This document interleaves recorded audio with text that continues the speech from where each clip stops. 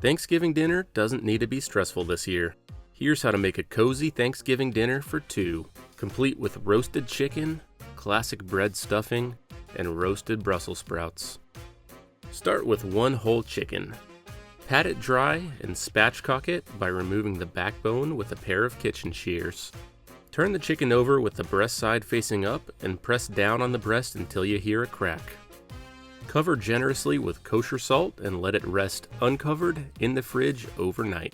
That's gonna make the juiciest chicken you've ever had. After a day, take it out of the fridge and scrape the excess salt off. I find that using a paper towel helps. If you don't scrape it off all the way, it's gonna be very salty. Mix softened butter with garlic, thyme, and rosemary.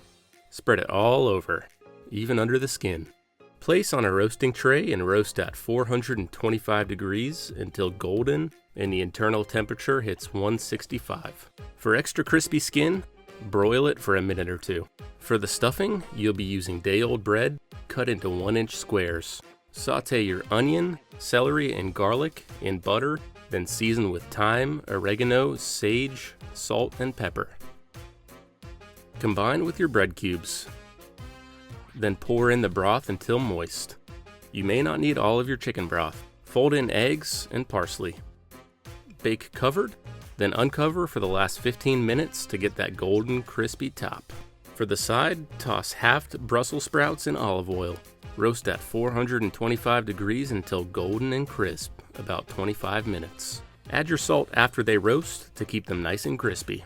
Finish with balsamic and a drizzle of honey for that perfect sweet, tangy glaze.